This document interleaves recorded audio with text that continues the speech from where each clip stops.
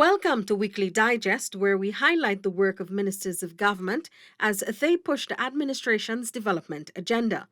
Picking up from where we left off last week, Guyana's Foreign Secretary Robert Bossard and Chinese Ambassador to Guyana Guo Haiyan on Sunday last unveiled the 50th anniversary logo to commemorate the half-century of bilateral friendship between the two countries. The simple ceremony was held at the Cliff Anderson Sports Hall, Homestretch Avenue, Georgetown. Guyana is the first English-speaking Caribbean state to forge diplomatic ties with China and set up its embassy there. The Foreign Secretary said the milestone does not only call for retrospect and celebration, but to determine ways to strengthen the existing bond. Attorney General and Minister of Legal Affairs, Senior Counsel Mohaber Anil Nandlal, along with Minister of Health Dr. Frank Anthony, spearheaded another cleanup exercise in a number of communities along the east coast of Demerara on Sunday. Communities included Mahaika, Unity, Enmore, Haslington, and Monrepo. So it's rolling out good, and you see that you see the effect of it. Tons and tons of garbage are being picked up right across the east coast of Demerara. It's a very important initiative, and we hope to continue it and sustain it for the longest possible time. In fact, we are going to I will raise with the President the possibility of extending the workforce in the NDC to clean, to continue this project. I think they've been really doing a good job here. They've come out, they have been cleaning the carpets. We have been able to pile up the garbage and take them away from here. So it's looking really good. But what we have to do is to sustain this, because while we are doing this, we want people to make sure that the environment remain clean. And to do that, everyone would have to take some responsibility. Many of the cleaning materials and heavy-duty machinery to assist the ongoing campaign have been donated by the private sector. Primary and nursery age students of Haimacabra Village Region 1 will now be housed in a more comfortable space following the commissioning of a newly constructed primary school. The school was constructed by the regional administration to the tune of over $10 million and is equipped with a ramp for persons with disabilities. Minister of Housing and Water Colin Crowell attended the commissioning ceremony on Monday and outlined the government's vision for the education sector, particularly in the hinterland regions. All the investment we can make as a government, as a region, none of it is not more important on ensuring that we invested in the education sector. All we aspire to, firstly as parents, secondly as teachers, thirdly as leaders, is to ensure that we produce in this country persons who will take up various positions across our country, elevated firstly by their level of studies, so that we can all have a wealthier nation. This year, the sum of $4.4 billion was allocated to the regional administration, of which $2.2 billion will be directed towards education delivery. As the Ministry of Health continues its robust vaccination campaign, a number of community health workers will be participating in a 3-day workshop to address COVID-19 vaccine hesitancy. Minister of Health Dr. Frank Anthony, during the opening of the workshop on Monday, reiterated that getting vaccinated prevents the severe form of COVID-19. It is a very important thing for us to get people to understand this very, very basic concept that with vaccination, it is going to help to protect you. And in many instances, if you're older and you have comorbidities, it can actually save your life. Attorney General and Minister of Legal Affairs, Senior Counsel Mohaber Anil Nandlal, and Minister within the Ministry of Public Works, Deodat Indar, on Monday joined the celebration of Mahashivratri at the Kovan John Ashram, East Coast, Demerara. Mahashivratri is a Hindu festival celebrated annually in honor of Lord Shiva. The day marks remembrance of overcoming darkness and ignorance. We in Guyana the Hindus, and generally the descendants of the indentured servants who came from India. Firstly, we were afforded an opportunity to preserve our culture and our religion, something not afforded to other groupings who came to this land. But we took the greatest advantage of that opportunity, and we indoctrinated, inculcated, and received our lessons, religious practices, rituals. As we pray, we should ask for some simple things. The ability to correct ourselves. A lot of us sometimes don't like correction. We must pray for the ability to correct ourselves.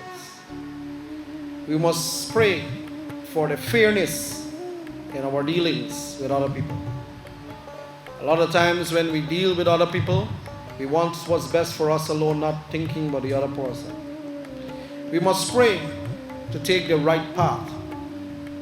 These days, from time to time, we slip and we go into different direction that doesn't serve ourselves well, our families, our neighbors, brothers and sisters well. We must pray to take the right path. We must pray as well for good health.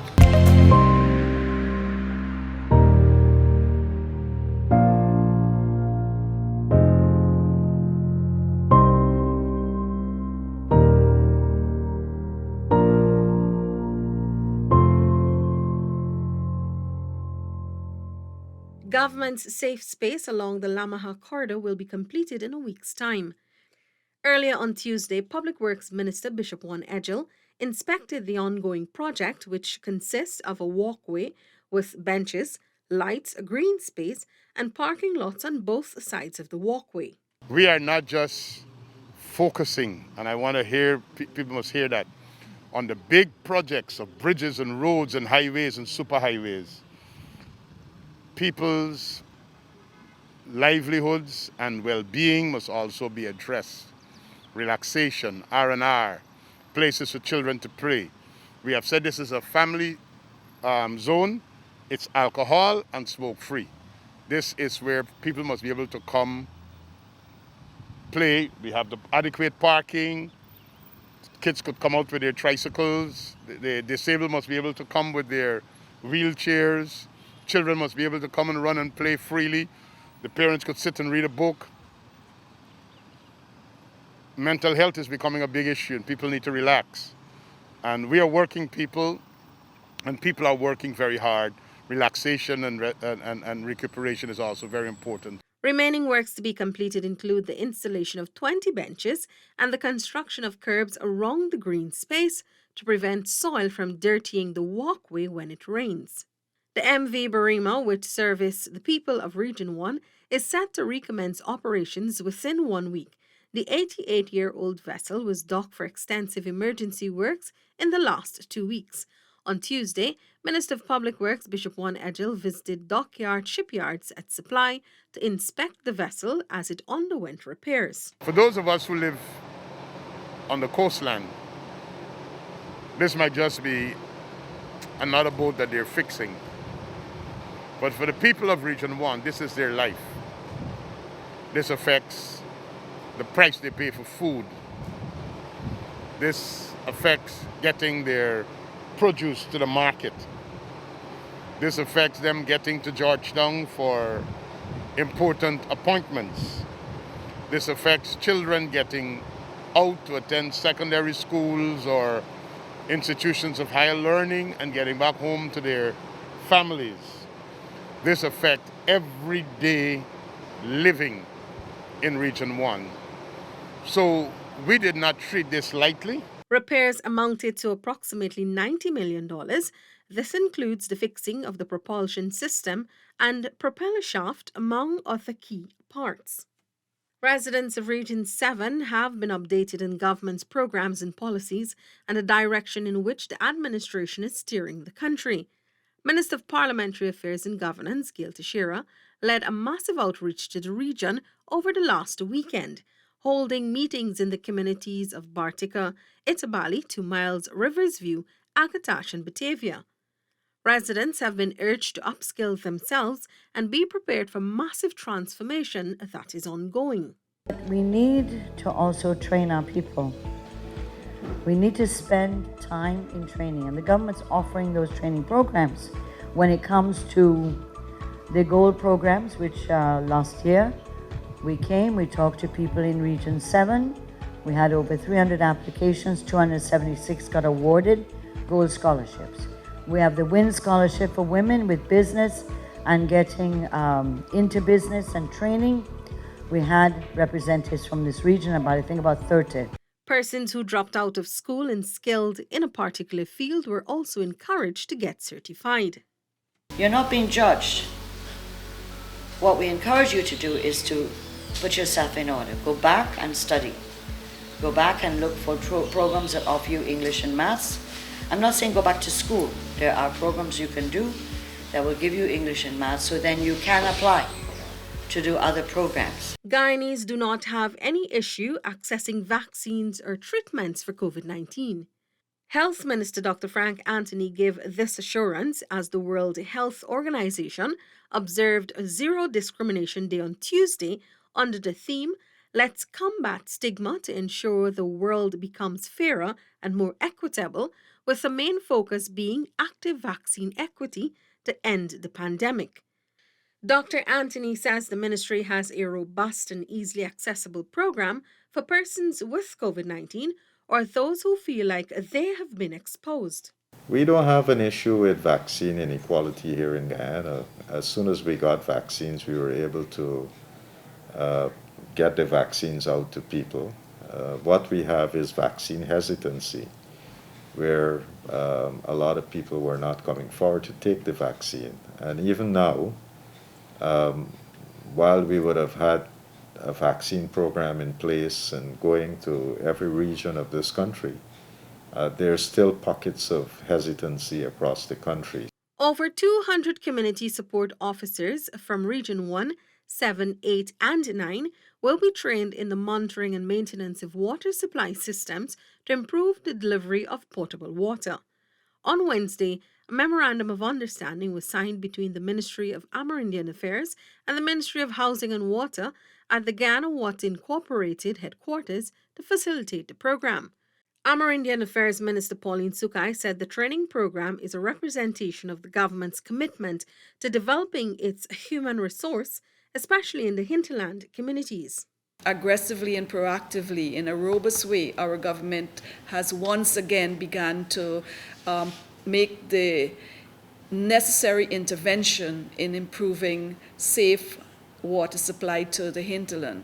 Today we have 2,000 and counting with respect to the participants in that program. We expect that in this year we will move that 2,000 CSO to a number which speaks about 2,500 young Amerindians who will participate in a government-sponsored program to build capacity, to improve their competency, and to ensure that they meaningfully take charge of their own environment, their village, and to participate in a very meaningful way to village development. The program is being headed by GWI, with the first batch of trainees coming from Region 9, targeting 30 communities from South Central Rupununi to North Rupununi.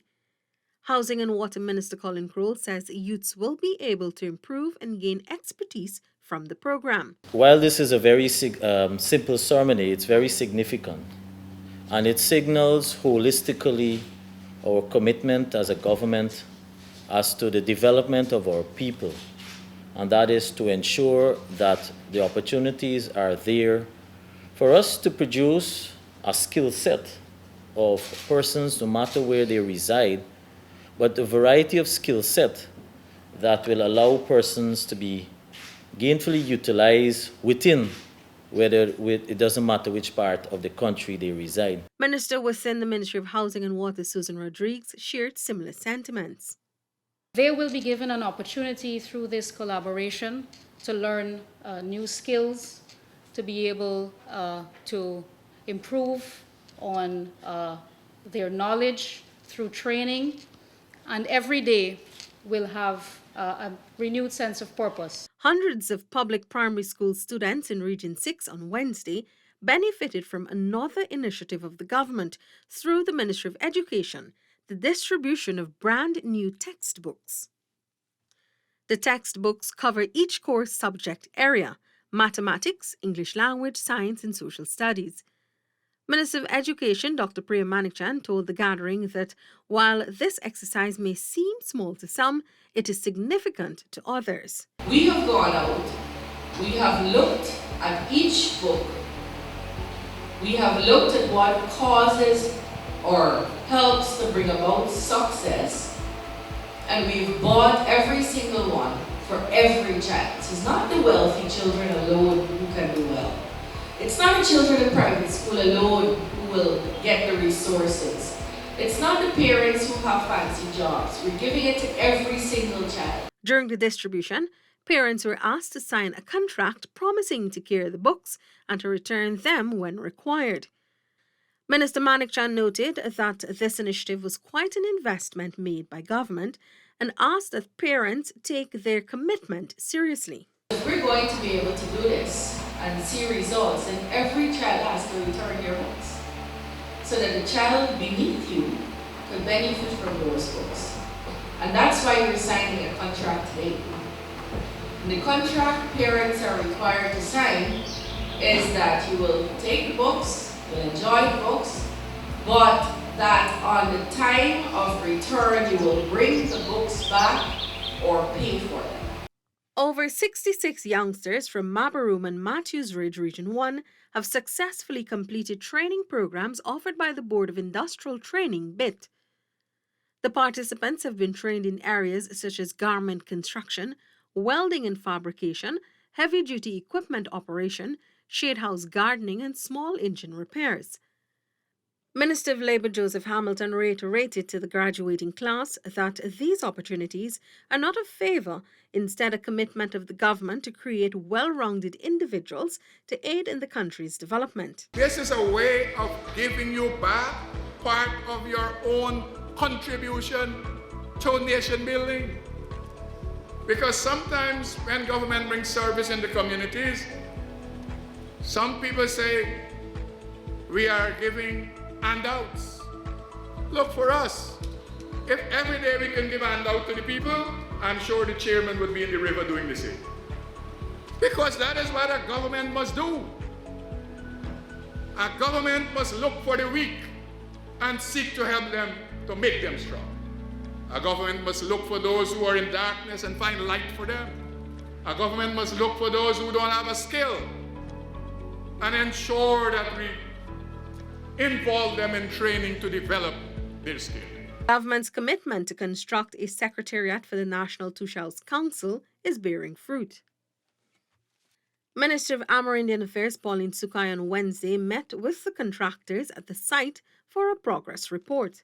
We were assured that the construction is moving apace. In fact, it is above the level of percentage that should be, that was expected.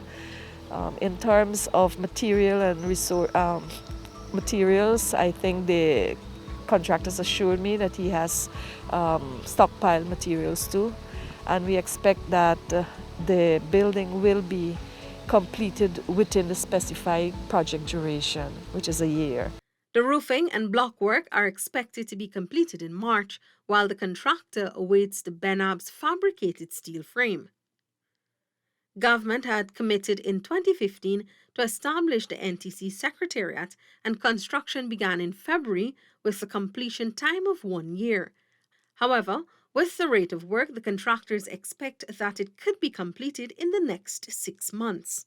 It's a commitment from His Excellency and the Vice President when they were in office prior to ensure that the NTC has its own independent secretariat in terms of the building so that they can house their administrative staff, host their own, have a venue for hosting their functions, etc. And so we are very pleased that our government is able to deliver on its commitment. The NTC Secretariat will have offices on the bottom floor with 4 bedrooms on the top floor. The Benab in front of the building will cater for hosting meetings and other activities. Minister of Health, Dr. Frank Anthony, says the government will soon be procuring the antiviral COVID-19 treatment pill, Molnupiravir, to treat patients with mild symptoms of the disease. The minister made the disclosure during Thursday's COVID-19 update. We have had an application in Guyana for the use of Molnupiravir, and the Food and Drug Administration here would have granted to that local importing agency the right to import and to use Molnupiravir as an emergency use under this regimen of emergency use authorization. So we have authorized the use of it here in Guyana. But the drug, as far as I'm aware, is available in Guyana. And from the ministry level, we would also be making some attempts to get some of the medicines into our system. Meanwhile, as the country continues to see a downward trend in COVID-19 cases, the health minister announced that there are no more hotspots. Given the level of infection that we now have, it is not what we used to call hotspots, where we were seeing maybe more than 100 cases in some areas. So a lot of the places that we have now, they probably got like 6, 5, 4. So it's not that many, but we'll continue to monitor. Dr. Anthony reiterated that while cases have reduced, persons must not become complacent. He urged unvaccinated persons to take their jabs. That's it for this edition of Weekly Digest. For these and other government-related information, do log on to our website, dpi.gov.gy, and our social media platforms as well. Goodbye.